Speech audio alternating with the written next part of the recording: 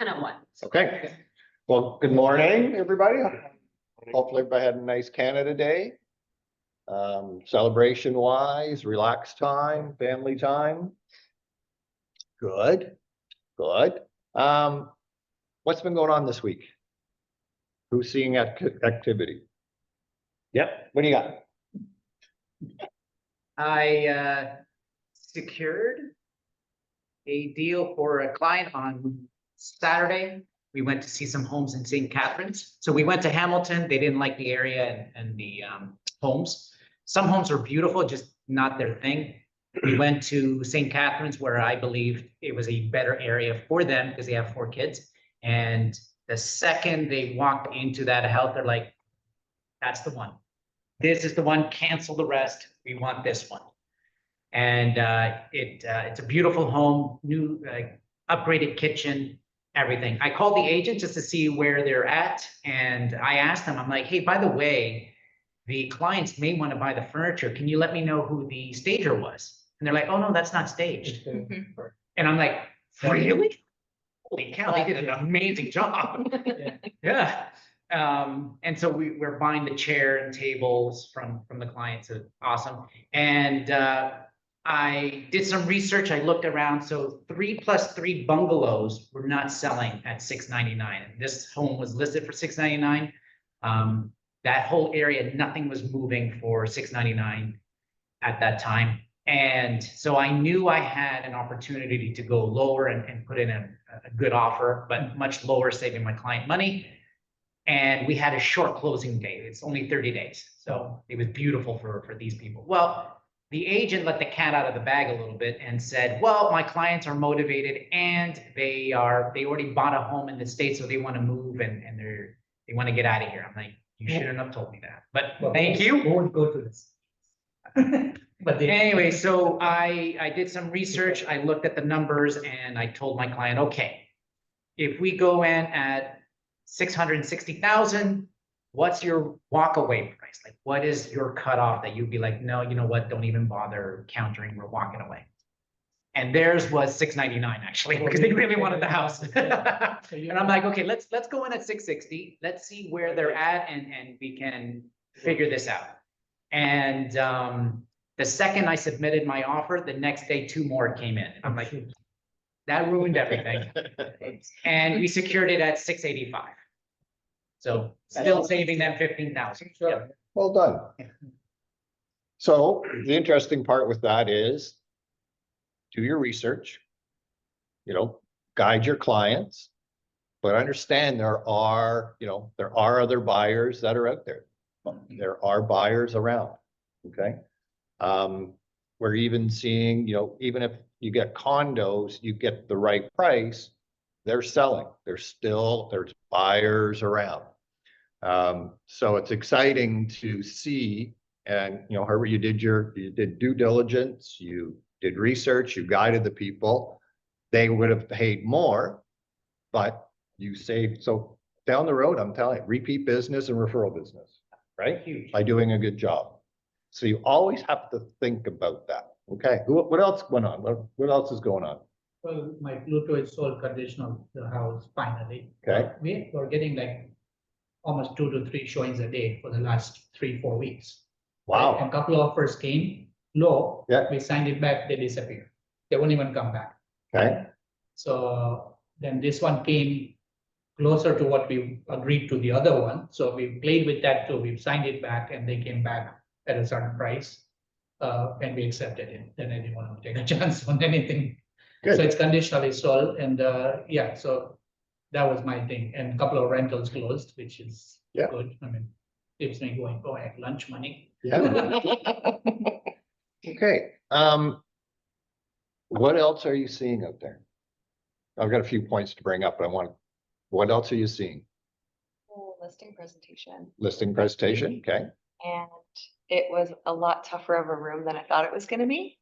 Old coworker and her husband. Yeah. But they are, I think this is probably seen more throughout, but like sellers are being very apprehensive, at least from what I'm seeing. They're very nervous to pick an agent. They're interviewing people that they've never met before. They're trying to find new areas because they're fear is that it's gonna sit for a long time. Okay. And they're not gonna get what they want, which is Yeah. higher than my estimation. So. Okay. Okay. And you're absolutely right in the sense that like even when we're going today, these people I have not done business with, but they're in an area that I have worked extensively in. And they actually came into the open house across the street that I have listed. And then when I went to see them, I went and you guys probably heard me say last week, I spent 2 hours there, a half hour talking real estate. The rest was just talking about the neighborhood, talking about, what they've been doing, talking about pools, so building that rapport. And both of them, they basically said, we're quite comfortable with you, Scott, but our son has his agent that he wants to bring in, right? So you're absolutely right. What's happening is consumers now are looking for the information and they're afraid to make a wrong decision because of like what we've talked about the last 6 months is the easiest decision is no decision, right? So they will gather as much information as possible. And I am finding, and I even talked to James Kavanaugh about this, and it's happening in his area where, he's very strong in that area. Another agent who has come in and has been flyering and door knocking. So either James basically says, either I'm getting the listing or he's getting the listing. And so it's interesting that the consumers are looking not only online, but they're looking to see who's doing the activity in the area, right? And we talked about this last week about how are you making sure that you are out there not only online, but what are you doing for your branding in the area that you work, okay? Especially with your database. Don't just rely on being online with them, okay? And so it's important because we are seeing, and I was talking to a couple different brokers, and even, we had Amanda in from Sudbury the other day. She popped in here and we were chatting about her, what's going on in Sudbury.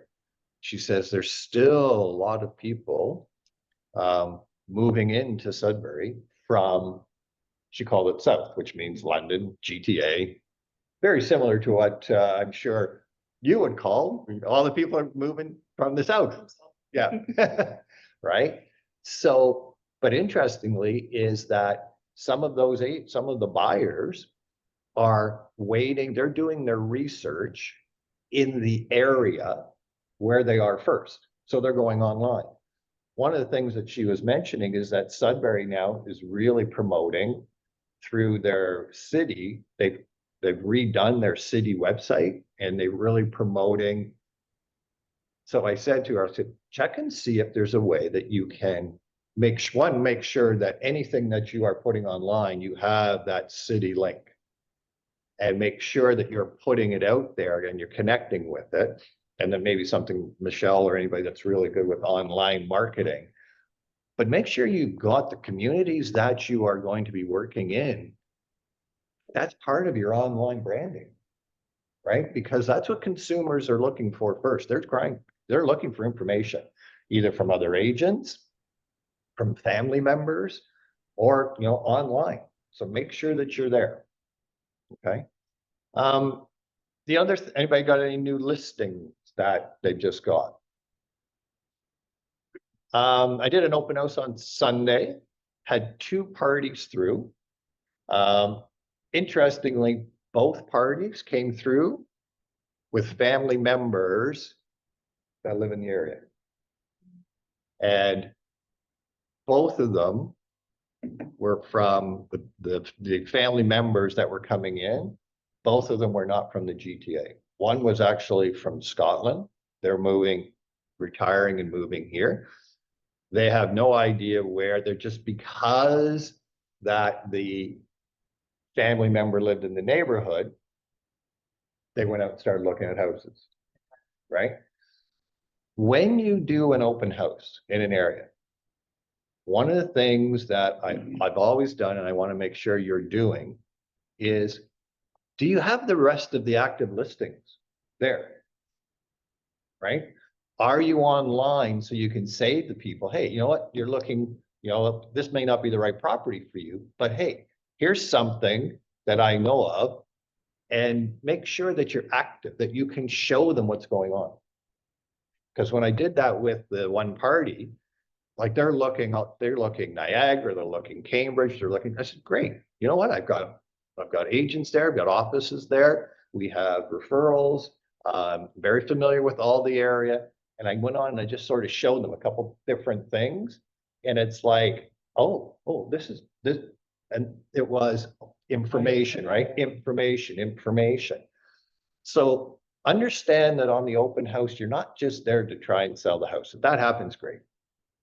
But you're there to add to your database. And the only way you're going to do that is make sure you have information available. Okay, so if you're sitting on an open house, or if you're anywhere, make sure you've got access. It's easy to do a hotspot on your phone, but make sure you're set up so that you can provide more information than just them looking at that house. Okay. The other thing that I'm hearing and noticing is getting different, and it's from all over North America. It's not just in our own backyard. And it's agents are finding that some stuff they're doing isn't happening fast enough. So they're looking for that next shiny object.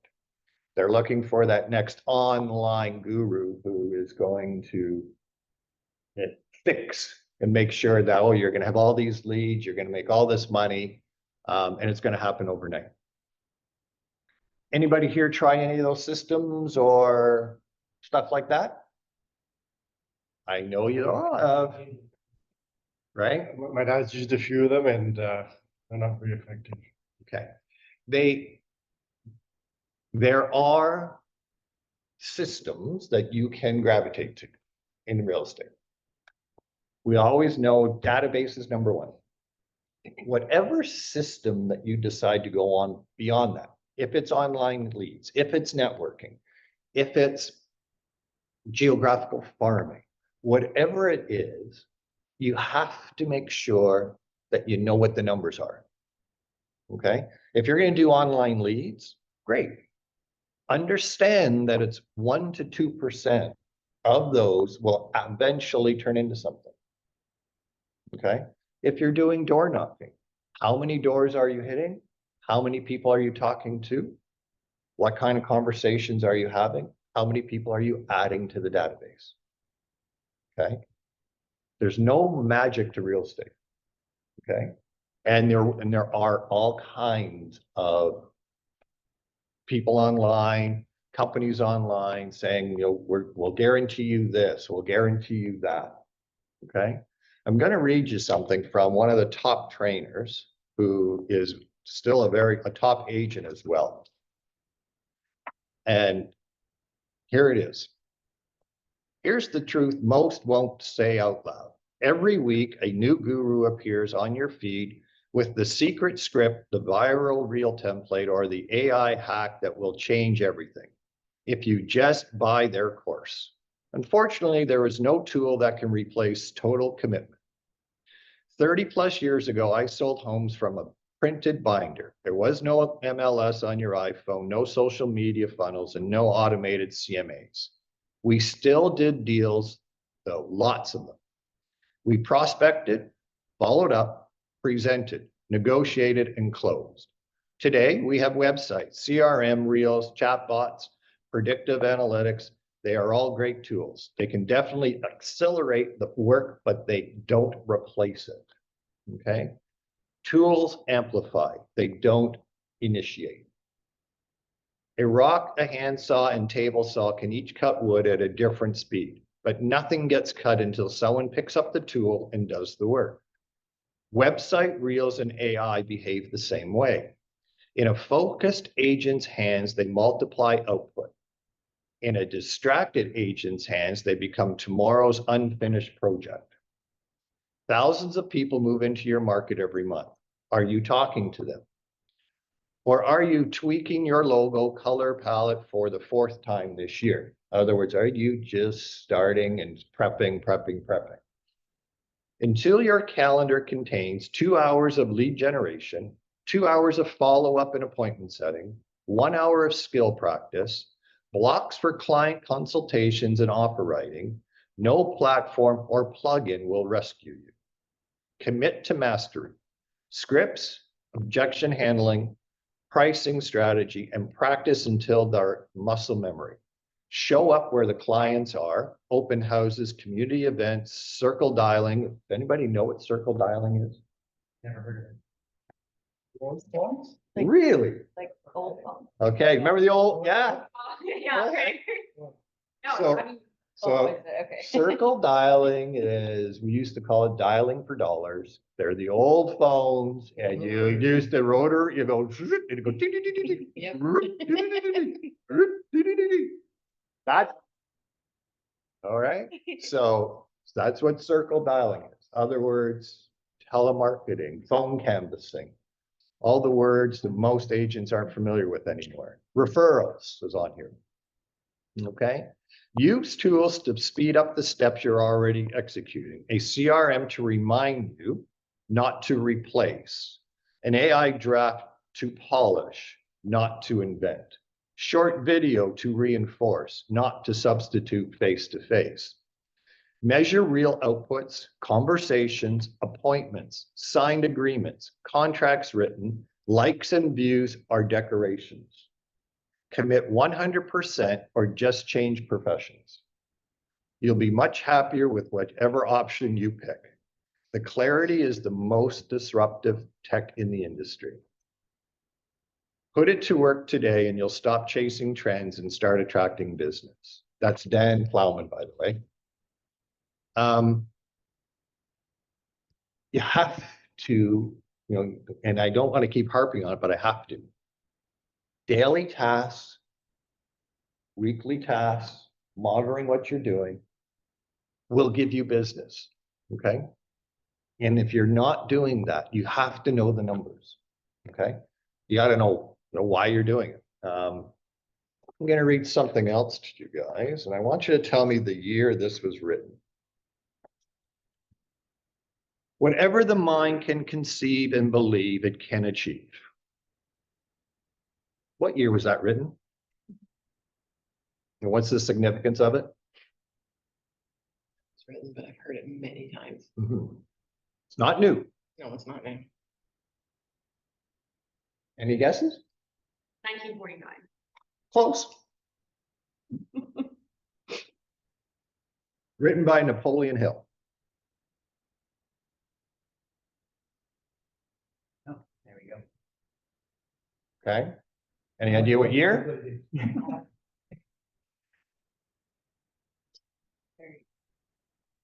It's almost 100 years old. 1915, I guess. So, almost 100 years old.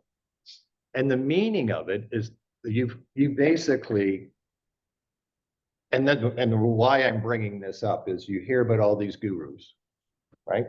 Over the years, we've had The Secret, the book. We've had all of these different, visionaries and things like that. And actually the book that I pulled off my shelf actually has 2 words to it. It says, just build the image of prosperity on the screen of your mind and watch things happen. Okay. We do vision boards, right? And you've heard about different examples of how they work.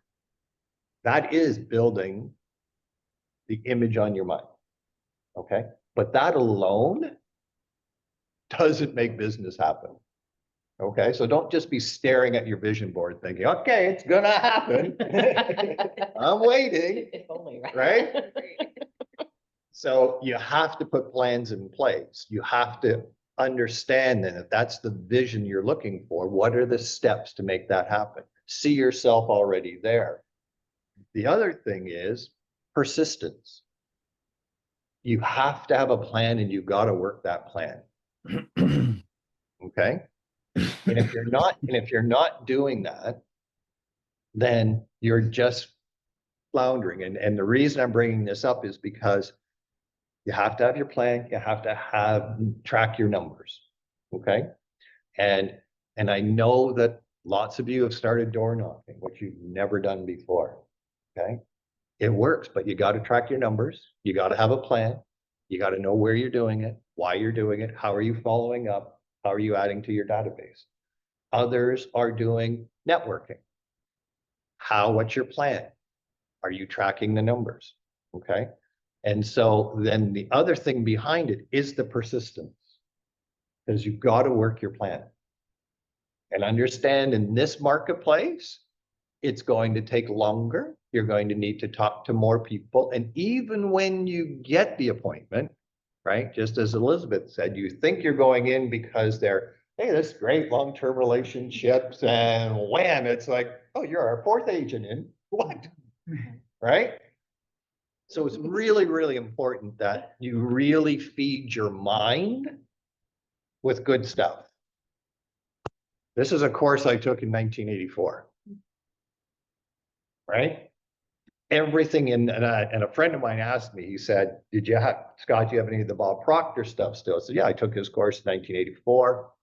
I said, why? He said, well, a friend of mine's daughter is now in the Bob Proctor company doing the course. I said, they're still doing the same. He said, you got any of your old stuff? And I went downstairs, and sure enough, my course book from 1984. And I thought, I'm going to reread this. And I'm going through it, and the stuff that you just heard me read here, so is exactly what some of the gurus are teaching today. Okay. What I'm trying to get at is there's no magic. Okay. Find the tools that you know how to use that are going to give you the right numbers, that you're going to be able to track the numbers and be persistent, but make sure you're doing stuff daily and weekly and tracking them. It will happen. Okay. But if you start going, oh, I'm going to try this because it's working for that agent. I see that agent's really doing well over here. I'm going to try what they're doing. Make a plan for yourself, and we're here to help you do that. And not everybody's going to be doing the same thing. Okay. But everybody will go through the same steps. You got to plan it. You got to visualize it. You got to work your plan. You are going to get frustrated. All of us go through it. Okay. All of us go through in this business. Understand you're not alone. It's the persistence, though, and the way that persistence will keep you going is you watch your numbers and you take the wins. Adding someone to your database from door knocking is a win. Adding somebody to your database from having an open house, that's a win. All you're trying to do is fill up that big funnel, right? And keep working and doing that follow-up, follow-up, follow-up. That's how you're going to be successful in this business consistently. But if you start trying all these different things, you are going to get sidetracked. And unfortunately, but again, it's not the same for everybody. Okay. So if you are doing online leads and you're doing it right and you're following up for all the time and you can see traction there, keep doing it. But watch your numbers, watch your expense, see what you're doing.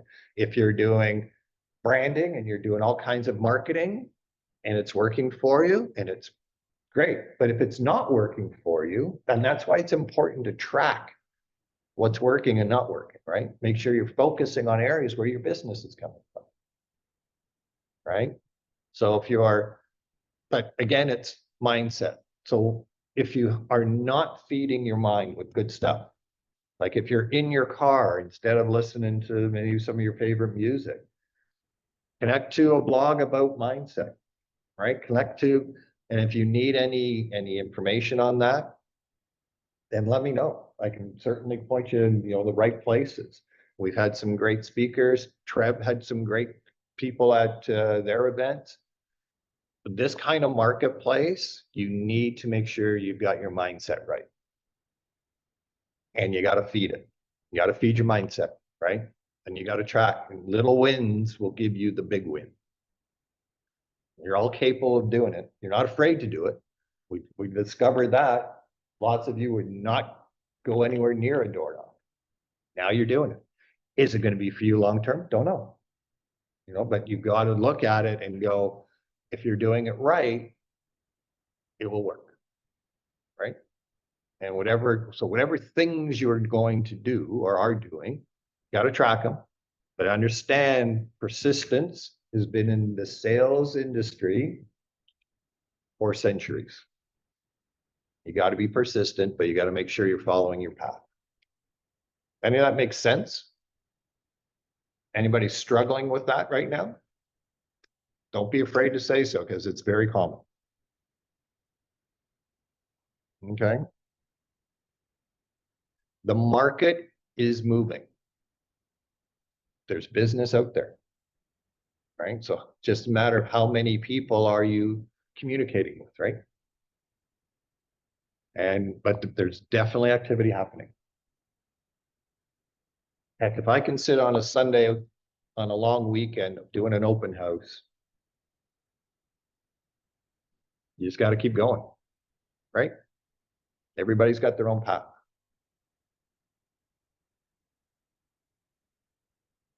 So who's getting the next listing? What do you got? Yeah. It's coming. Little girl. He's gonna call me today. Good, good. And again, it's communications follow-up. Couple listings, good. One here at Lakeview near Fort Credit. Yeah, Executive townhouse for around 1.2 to 1.3 range. okay, And that's the going price I checked in the range. And one Pickering, detached double car garage, which is now being cleaned up and, decluttered. okay. That should be around the 1.2 to 1.4 as well. But I may need some people to do open houses at this year. Yeah. This guy insisted it needs to be done. It's fine. And we got lots of people to do open houses. Close by anyway. Yeah. Good, okay. How are your listings in the north? I've got a few coming. Yeah, Got 2 open houses this weekend, one at one and one at another one. yeah. Um, Are you seeing activity from people from the south? oh yeah. Yeah. Oh, absolutely. That's where it's, okay, Yeah, they're all from that. That's why I was just saying that I really use Zoom quite a bit yeah, because my clients are down here. okay, Very rare do I have a client that's from up north. okay, Yeah, a few more coming down the pipe. good. Really active with buyers right now. Buyers are out. Huge. Buyers are out everywhere. All they're looking for is a deal, right? And so you've got to do the research. You've got to make sure that you're very familiar with the information wherever you're showing, right? I also think too, in the north, and Alra could probably agree with this. They're looking for an even better deal because a lot of the people we deal with, it's a secondary property. Okay, They've already gone through this. yeah, They're already very well established in the real estate market. They're not idiots. Yeah. Right? I had an interesting thing that happened this weekend. So I had shown a 2-bedroom condo and it was a referral from a past client. And we went and looked at the property and the person dragged their feet and they got an offer last night. And so I reached out and said, they've got an offer. You should probably think about becoming more serious about this. And the woman said, "Oh, I'm going to pass this time." She's really hoping that the market's going to fall. And the person that sent me the referral sent me a unattached text from her friend and said she only wants to offer X amount, which is really, really, really under what it way under. So way under. And she goes, I don't want to sell a 2-bedroom to sell that because it's going to devalue my property that you just sold me. And we had the best price per square foot in the building when we bought. So now they're a bit at odds, even though it was a referral to me. So anyway. yeah, and that's what's happening is Yeah. there's just so much uncertainty, right? Yeah. And what you have to make sure, especially if you're dealing with buyers, you've got to follow up and let them know, hey, by the way, I know we went and looked at these properties. Here's what they sold for. just so they understand, one, they're selling, right? Right? And so that they understand the market is there, because you're absolutely right, Julia. I have some of the people I'm talking with that are going, no, I think we're gonna just wait because we think the market's gonna crash, it's gonna come down more. And that's why using, and I know Michelle sent them out, but just the understanding of third-party endorsements from the economists that we're talking about where the market's going. Now, I just saw something come across my feed in the car this morning, so I have not followed up on it. But there's another economist saying that right now, affordability is the best it's been in many years. So I'll see if I can. Did you see that, Julia, somewhere? I did, that- since 2020. Oh, I can't remember the date now. I didn't remember who actually said it, but Yeah, it I was, read it this morning too. Scott, Julia, it was, Yeah. RBC report, the, most Okay. affordable in 3 years. 2022. Mhm. Okay. So then that's something that you should be putting out. Again, that's a third party endorsement, right? So now you tie that in to where best affordability in several years. Economists predicting that this time next year or the end of 2026, they're saying that there'll be people that wish they would have bought. That's the kind of information you need to be sharing with people. Is it going to get all of them moving? No, but all you're looking for is to push that, motivate that one or two people that are going, listening to someone else who's saying, oh, wait, I've seen this happen before. It's going to crash. It's going to go down further. It's not. I do remind my clients that when it did crash, the rates at that time were 14 to 18%. That was a big difference back then. Yes. And they kept raising it. Right. Right now, even if they don't lower it this year, they're saying maybe they won't lower it for the rest of the year. Yeah. It's a very historical normal rate, 4%. It's quite normal. And Yes. if you bargain out there with the banks, you may get 3.8 or 3. Just psychologically, you think 3.9 is better than 4. Yeah. Like, it's very little difference, but at that time, they raised the rate so high that everything did crash. It was like a dead market completely. People were bankrupt. So I was out to lunch with one of our broker owners, Frank Cavello, and in his office, there's a longtime mortgage broker that I know. And I was chatting with him and I said, like, what are you seeing? And obviously I talked to my brother, who's a longtime mortgage person as well. And the fear of what was said last year on how this market was going to crash because of all the power sales, because all these consumers are not going to be able to afford their place, right? How many power sales are you seeing? I'm seeing some, but nothing unusual. You saw one, right? It's a very small handful. Right. It's not every other Right. thing. In a normal market, okay, in a normal market, and now you may have to go back 15, 20 years, but we always had power sales, right? We always had power sales. And so that is not uncommon. What is uncommon is go back before 2022, we had a very strong real estate market. So anybody that was in the possibility of a power sale just put their house on the market and sold, right? No issue. So there's no issues. So something, so now that you look at where the marketplace is, yeah, we see some power sales, very normal, okay? Talking to both of the mortgage brokers, and I was also talking to a banker, they don't see a huge impact. Well, they are having people that are refinancing. And ironically enough, the stress test that they went through and is absolutely, they're paying more than they were before. But the stress test that our government put in place is doing what it was meant to do. For people that have to renew at a higher rate, yeah, it's costing them more, and they're and they're not doing things that they may have done before, right? They may not be doing the renovation. They may not be moving because of it. But they're definitely not all of a sudden an onslaught of power sales. So to me, I look at that as being, okay, that's a normal marketplace. So that is not going to cause a crash. Most sense that I'm getting from the people that have been around the market and people in the banking industry, mortgage industry, economists, we're right about near the bottom. If we're not already there, we've actually seen some price increases in certain areas.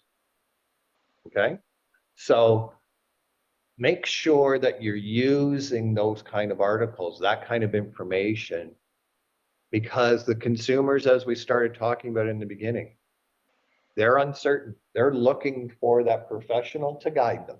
And the person that's going to have the best information, be able to present it the best way, is going to get the business. So what are you doing to make sure, as you know, Dan Plowman says, what are you doing to make sure that you are that person? And if you need help, if you know, we've got some folks that were helping redo their buyer listing presentations. When was the last time that you actually went through yours and tweaked it? You don't have one. Yeah, you do. No, It's, we yeah, don't. you, I've never had one. I never had one. I've never had one, Even back. in the ever. years. Okay. Now I'm blushing. really? Okay. So, But are you working in a warm market? In any market, I have never had a listing presentation. okay, so if I'm the seller and you're coming to see me, what are you bringing me? Me, Okay, what are you showing me? my charm. You know, Scott, I have a listing presentation. I have never yet pulled it out. I just sit there and chat with them. Okay, okay. So then, Build trust. Just answer the So, questions. yeah, I understand building trust, and that's what I did when I went to this appointment, spent 2 hours, right? But at the same time, are you showing comparables, Yeah, I do, Yeah. right? I do have. Are- comparables, yeah. How are you showing stats on the marketplace? That's a presentation. I thought maybe, these Right. are my awards and this. is No, this, no, and no. this. How are you doing your information about what you do? That's part of a presentation, right? It doesn't have to be formal. You could certainly speak it, but you have to be careful on who are you presenting to. Because I've presented to clients where they don't care what, Yeah. they just want to chat. And if I say, hey, your house is worth 1.5 and because that one down there sold, they're going to go for it. I've been on other ones where I've had to go through a stack of what happened over the last 3 years. Here's where I see it's going. Here's all the charts. And I would not have got that listing if I just walked in there and chatted with that family. So you've got to know who your audience is. And the other thing and you may have just come across it, just because they've done business with you in the past, or they're a referral, or they're friends, or whatever, always go in with your best job. Okay? Always do that. And we've got all kinds of people in this, we got a great company. Everybody presents a little bit different, but you have to make sure, one, you're prepped going in. Okay. And again, I talk about that with networking. If you're going to networking events, like we know Gorette does a lot of networking events, but I know she does a lot of research before she goes, right? She knows the audience where she's going to. Okay. If you're doing lots of open houses, make sure you know what else is on, and please go see them. Don't just rely on the pictures. The open house that I did on Sunday, there were 2 other listings that recently had just came out. I went and saw them. I didn't rely on the pictures. They can be deceiving. I also want to be able to say to my clients, and I also want to say to people coming through, I've been in that house. Way different than, oh, do you know about this one?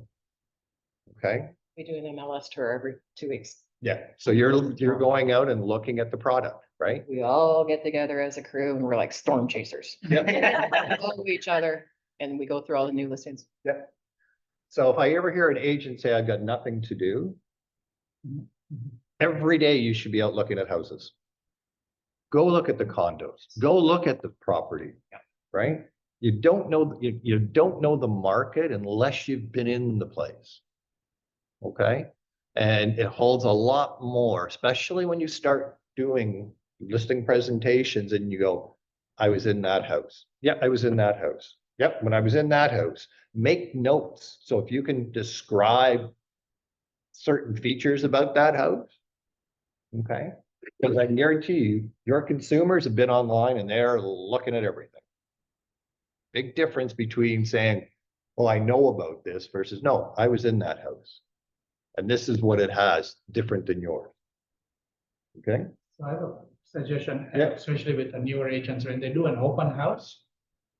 Let's say my mom's condo, a couple of new agents did that. They should also have said to any buyer who walked in, there's a cheaper one in the building too. Would you want, like, don't worry about selling the one you're doing, but have options for the buyers who are walking in to say, oh, maybe it's overpriced. Then, you already have the, information, and you can even give them a client listing if you want printed and say, look, or I can email you and we can book an appointment to show you the cheaper one. Maybe you would like that one better. I had printed all the listings in the area. Yeah, to have it on. I had the stuff that we're on at 1.699. I had everything that was a freehold. So then It started at $8.99, you look, not only look like right? an All the way expert, up. right? But the buyers feel comfortable saying, okay, this guy knows, Well- even if I don't buy this, he's willing to show me others. And the other issue is that both people that came in, they came in with family members that members. live in the neighborhood, Yeah. right? So all of a sudden, I'm talking about these different properties in the neighborhood and the experience of what I have in the neighborhood, and it just builds rapport, right? Versus you have no knowledge of what's going on. And a lot of buyers don't realize, oh, I'll go call that agent. Oh, I'll go call that agent. They think that's how it's done. So you present them, look, why don't you use one agent? Doesn't have to be me. I actually tell them, doesn't have to be Yeah. me. Pick one agent that you feel comfortable with. Let them show you around. There's no charge for you. They get paid by the seller. So that it actually works more to your benefit to have your own agent rather than calling 20 agents on the MLS, right? So sometimes they feel, okay, if it's doing that, you know what I mean? They feel No, comfortable with it. and that, again, that's being prepped for whatever you're doing, right? And so making sure that you're giving your best presentation, either it be in a printout, an online, verbal, whatever it is, no matter what task you're doing, be prepared, be knowledgeable in it, right? That's what consumers are looking for. So it's not so much a presentation because I'm dealing a lot with leases, but after that first like discovery phone call with them, figuring out what they want, when I send them the email, the one thing that I always make sure I talk about is the Realm client app. Make sure that they all sign up for that and explain why it's different than condos.ca or realtor.ca or anything like that. Because I've been working with one person for like 8 months now, and just like she's in a really good place, and it's only if something comes up then she'll move. But the minute I actually like confirmed with her to sign up with the Realm client app, she sent me like 5 listings since Monday. So now she's starting to really get into it. And the only difference was that I got her away from condos.ca and into the app. And I said, like, this is exclusive when you're working with a realtor. They provide you this sign-in app, all this stuff. And that's kind of what really got her to change her drive. Is everybody familiar with Oh, yeah. the Realm app? Here's another thing. Lisa Petrosky, she was out of town. Okay. And she said, I can't access a Realm or she didn't have, can you check? Now I'm on the phone, like I was home, but instead of going on the laptop, I didn't need that, 4-digit PIN code or nothing. It's so much quicker. And Geo Warehouse, I picked up the listing, Geo Warehouse, got it, a screenshot, send it to her. Within seconds, if she had it. So I'm just saying it's an amazing app. Okay, now I'm not familiar with it. Yeah. So explain to me and anybody else on here, is this the interaction where your clients then can leave comments, you can leave comments, all of that? Yeah, that, and it's like a regular Realm. You can do your regular research in it, just a phone is small. So It's just like one home. Okay, And I like that they can make different lists. So one of my clients recently made a list of like, they named it want to see, or like second choice or whatever. So they can organize it. okay, And then they can just text me or message me in the app and say, hey, we want to see all the ones on this list. Yeah. okay. So for next week, should we just do a session on best practices using the app? Yeah, sure. Would that be a benefit for everybody, or is everybody a specialist on it? No. I'm sure there's stuff Still I don't learning know. on it. I'm still learning. Yeah. It's good. Yeah, I'm sure there's new. Because it opens up as a member or client right away. So if you're a client, Yeah. you click there. If you're a member, Yeah. so it's so. And I guess how I would look at that is, is there something on Tread that would be, you could send, here's the benefits of using this app. Right? Versus just say, hey, I got this app I want you to use. Right? So if we came up with something, that would be why is this a benefit for the consumer? Right? Yeah. Then we could look at putting together an easier presentation for your buyers. Bring this up. And sellers, you can still use it for sellers. Yes, too. right. They can say monitor what's out there right Yeah, now. especially if you get sellers that are downsized, Yeah, right? they want to see bungalows and. So, because everybody on this call, everybody's on PropTex, right? Yeah. So now you have the option of using in PropTech, you have Matrix you can still use. In Matrix, I think it's called One Home. Okay. But majority of the people I see are using Realm. So would that be a good topic for next week if we did that? I'm looking at everybody on screen and I'm not seeing any clapping. I'm not seeing any nodding. I think there's so much to Be learn interested in to- Realm that yeah. if you're not using it, you might learn something new. So Yeah. I see there's good value. I'd be interested in seeing how people use it because my clients don't seem to respond to me when I set them up on a Realm. And One Home all the time, but Realm never. Okay. It's weird. Yeah. Okay, so that'll be the Lofty topic. works well. Lofty works really well. Elroy, thanks for bringing that. Can you explain how you're using that? Because you're getting some good success. On Lofty, Yeah. Lofty's got enough built-in AI that it can see what the clients are looking at and then pulls up suggestions of similar stuff in the area. But I think that's because I have a website hooked up to it. Because Lofty's working on my own website and I have it set up to search certain areas. It works really well. I had people just reach out this morning, been looking for 5 years, and finally they respond, say, hey, I like that house. And something Lofty sent them. Perfect. Okay. Because people, Michelle, maybe you can give me an update. People that have opted in, they're up and running and their website would be able to do the same thing. So Aaron has upgraded his website and he's got all the bells and whistles. Right. Okay.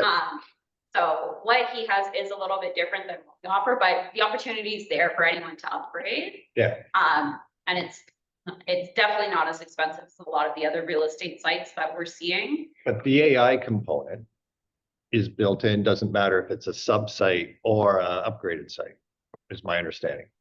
Yeah, there's a basic AI package, but again, he's got all the upgraded stuff. So the ones that it's called the AI sales assistant, and they will reach out automatically to leads when you upgrade for that. So it's like you have a virtual assistant. Perfect. Yeah. Okay. Well, either way, if it's getting that kind of results. Well, yeah, it's gonna pay for itself. Right? That's a great tool to have because Elroy, you had other sites, and are you finding the Lofty site is more engaging with the consumer than what you were using before? Yeah, absolutely. It's much more, yeah, more intuitive. The old site was, I'll say, clunky. You know, like it was too robotic, and people would be looking at it like, what in the world kind of response is that? Lofty's got enough AI in it to know how to respond right. Yeah. Cool. Okay. Good to know. Thank you for that input. Any other topics, discussions? Hot buyer you need something for? Send me a Wasaga beach buyer. Hey, did you sell that one on the river? I had 2 offers on it on the weekend, and both of them went nowhere. So, but I'm getting showings. I got a showing at lunch today and another one tomorrow. So we're seem to be in that sweet spot. It's just a matter of time now. Are you 749.9? 749.9. Yeah, on the river. Okay. What price range is everybody seeing that seems to be where the consumers are?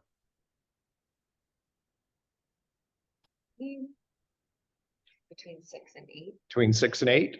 A lot of first-time home buyers. First-time home buyers between 6 and 8? Okay. Same with. Same? It was in the, it had to be in the, we were getting offers in the high 6 and low 7s. Okay. Mid 7 is where it went, so. Okay. Anybody else? What price ranges are you seeing? 500? That's the sweet spot. That's your sweet spot. Okay.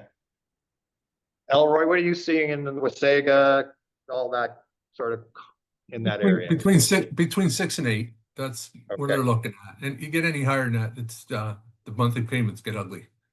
Right.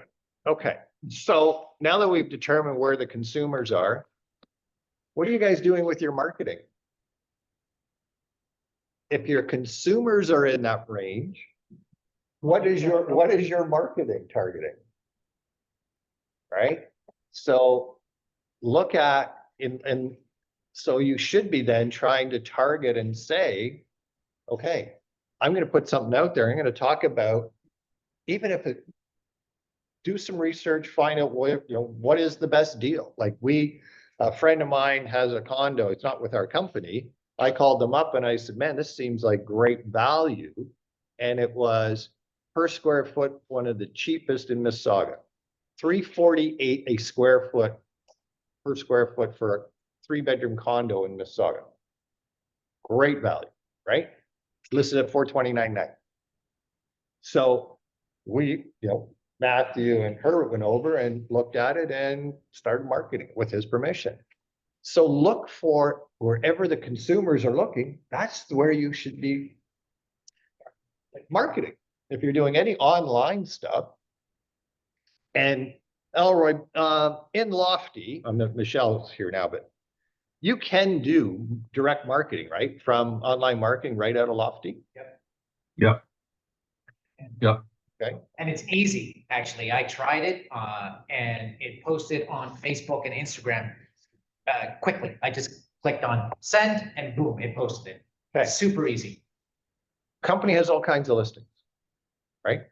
Or if you need to find, reach out to other agents, by all means, just get permission by email from them, something, just say, hey, yeah, go ahead and market it. But why not use the systems that are there to be able to target where the consumers are? And if we know the consumers now are between 400 and 800, At the lowest ones, right? I know one of the companies I know in London, the agents are actually doing deal of the week. That's their line. Deal of the week. Okay. So go where the consumers are, but make sure you do all your research, right? And again, there's nothing different. We have people that have been teaching mindset for centuries. Sales has been around for centuries. The tools have changed, right? So we used to, I keep referring back to the old times, but when we were doing an ad, all the ad was for, make the phone ring. That was it. Right? That was all you're doing. No different than today. So make sure that when you're doing your posts or wherever you're advertising, that all you're trying to do is just connect with somebody. That's all you're trying to do. You're not trying to sell that property. Right? All you're trying to do is make sure you've got a good call to action, look for the best deal, promote it, and do it often, and then follow up, follow up, follow up. Okay? Anything else? Any topics you want to cover? Anybody had some successes over the weekend? Herbert got a deal. You were in competition on that deal, right? On the one that you got, the 685? Yeah, well, Good. two other offers. There were came two in, other yeah, offers, yeah. yeah. The strategy I used is exactly what you're saying regarding sales. Nothing has changed. It's still the same tactics out there. I countered well, I said 660, and then the agent called me back saying, hey, we got two other offers. They are looking for a longer closing, way past August. You're the best one because yours is only 30 days, but you need to come up. Right? And I'm like,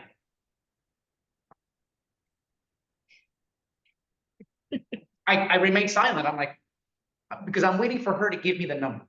And she's like, listen, I can probably get my clients to come to 695.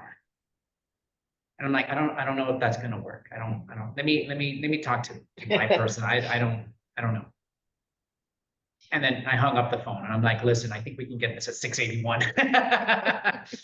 And then so I call the agent back. I'm like, listen, you know, he had to call in a favor with his dad and everything. He did it. I think we can do 681. And the agent's like, oh, I don't know. I'm like, I remain quiet again. I'm like, I'm not saying anything here. She's like, let me talk to my client. Like, please do. And not only 681, but we're going to remove one of the conditions. One of the conditions was insurance based on the coverage of the home. But I'm like, don't worry about it. We talked with the client. They're going to waive it. So cross that out when you sign it back. She's like, okay. Calls me back. Okay. How's 685? And I'm like, send the deal and I'll get my client to sign. And that's how we got it at 685. So again, Old fashioned, this is old fashioned negotiation. okay, and I'm glad you brought that up, Herb, because the last two deals I did, it was all because met with the other agent, talked with the other agent, right? It wasn't thus non-communication, here's the offer. You gotta talk with the agents, right? You know, and I want to say, and thank you for bringing that up because it did remind me. When I initially called the agent first to let them know, hey, we're coming in with an offer, and I was talking to them and I hung up. My wife went to me and she's like, you were so nice to that person. Like you were so pleasant and personable and talking and laughing. And I'm like, yes. Yes, because I want that agent to like me so much that they're going to work for me when I present their offer to the client. Because if they like me, oh yeah, no, and if they like me and we're laughing together and we're enjoying each other's talking and everything, guess what she's going to do? She's going to present that to the client. Say, hey, this person's wonderful. The agent is so nice. Like, look what they're, and now we're working. And now she feels more comfortable telling me things that maybe she wouldn't have normally said to anybody else in terms of, they're motivated, they sold their house, or they want to sell because they bought a house in the US and they're looking to leave now. Like she gave me all of the info because I was personal, because I was super energetic and laughing and talking, that's what helped me. Oh, it always will. And that's the biggest mistake. And I've used it to my benefit before too. Oh, really? Really? Really? Thank you for telling me. Oh, geez. I didn't know that. But it starts off with, hi, Phyllis, how are you? Oh my goodness, that home is beautiful. How did you get that? Because that kitchen is to die for, and she's we're laughing and talking, and my wife was like, I can't, like, you sounded like you've known her for years. And it's like, that's why. You need to have the agents on your side, either on the listing side or buying side, right? They are there to help put the deal together. They're not your enemy, okay? Whereas I do know when the market was crazy, there were agents that just didn't give a crap about who was on the other end of the deal, okay? Not the way to do business.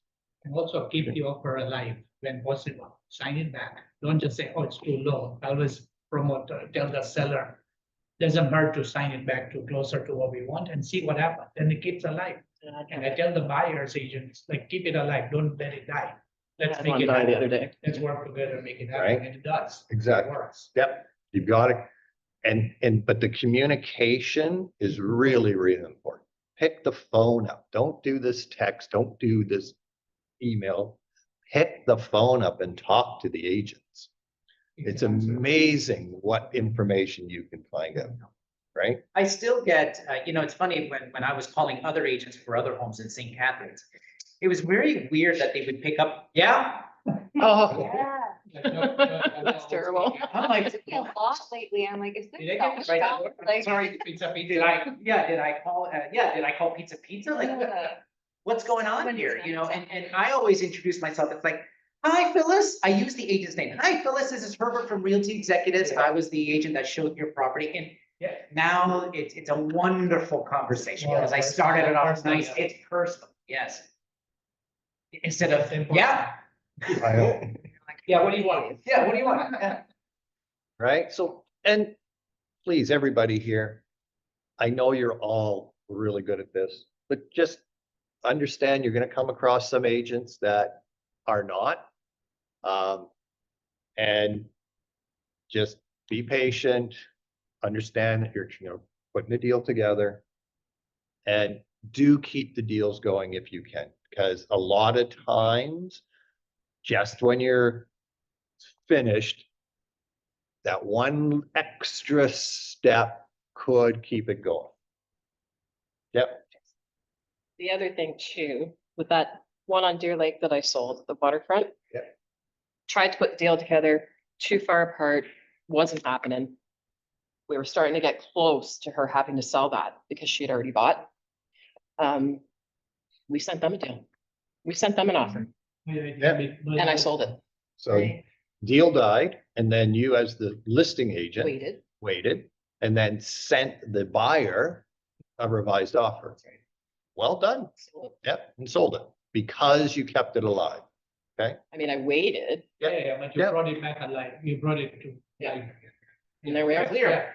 Right? Yeah. Well done. Well Nice. done. And that's all part of understanding the sales process, right? So well done doing that.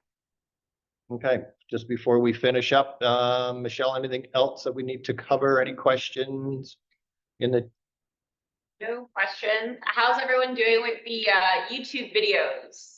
How's that going? Everyone's channel. I saw people had added their YouTube channels to our Facebook group and everything like that. Anyone facing any issues or have questions about those YouTube channels? I made my channel. I posted a whole video. It was awesome. And now I'm having I have so many of my drafts now that I've recorded and I'm overthinking it. So by the end of tonight, my second one's going up because I already have it. And the more I post, the easier it is. So it can't just be a one-hit wonder. It has to No. keep going. If you have time, we can go over it and I can see what you're doing and help you. Sure. Yeah, thank you. Nice. okay? So I see, so for next week then, we're gonna do the realm and we're gonna review YouTube channels. Yes. Okay, Because July 11th will be 1 month since we started our YouTube challenge with everybody. The swag bag is getting very full with some new summer items from our Vistaprint Pro shop. If you haven't logged on recently, there's about 5 new summer-based items on there. Highly recommend. That's realtyexecutives.ourproshop.com. And it's really great. There's stuff for you guys as agents, if you're doing, door knocking or anything like that. There's tons of t-shirts. Then there's also like swag gifts for your clients. One of the new things is actually a barbecue grill apron, Big Realty Executives logo on it. Comes with the oven mitt, comes with the brush, everything like that. It's really fun.